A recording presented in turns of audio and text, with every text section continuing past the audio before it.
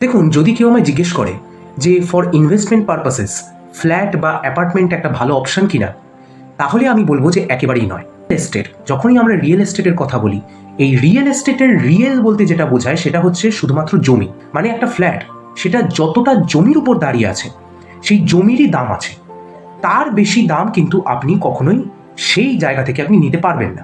ধরুন আপনি একটা ফ্ল্যাট কিনছেন, ধরুন আজকের দিনে দাঁড়িয়ে একটা 50 লাখ টাকা দিয়ে একটা ফ্ল্যাট কিনছেন, কনসিডারিং যে সেই ফ্ল্যাটটা রয়েছে একটা 10তলা বিল্ডিংয়ে। এই 10তলা বিল্ডিংয়ের ধরুন 20টা ফ্ল্যাট রয়েছে, কথার কথা ধরে নিলাম, পুরো জায়গাটা 5,000 স্কোয়ার ফিটের মধ্যে।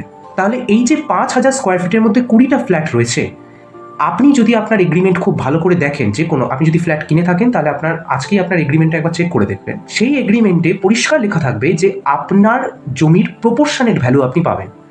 তার মানে ওই 5,000 স্কোয়ার ফিটের মধ্যে থেকে 20টা ফ্ল্যাটকে যদি আমরা 5,000 দিয়ে ডিভাইড করি, তাহলে 250 স্কোয়ার ফিট আপনি সেখানে, মানে ওই জমিটার মূল্য হচ্ছে আপনার কাছে 250 স্কোয়ার ফিটের। তো তাই জন্য আপনি ধরুন আজকে 50 লাখ টাকা সেখানে ইনভেস্ট করলেন, ফর ইনভেস্টমেন্ট পারপাসেস ওই ফ্ল্যাটটা কিনলেন।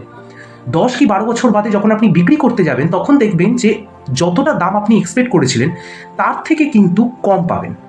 মানে ধরুন 50 লাখ টাকার ধরুন 55 কি 60 লাখ, তার বেশি আপনি এক্সপেক্ট করতে পারবেন না।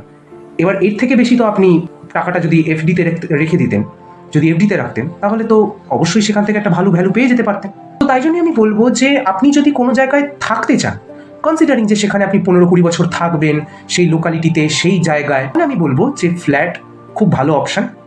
না হলে শুধুমাত্র ইনভেস্টমেন্টের জন্য ফ্ল্যাট কিন্তু কখনোই খুব একটা ভালো অপশান নয়।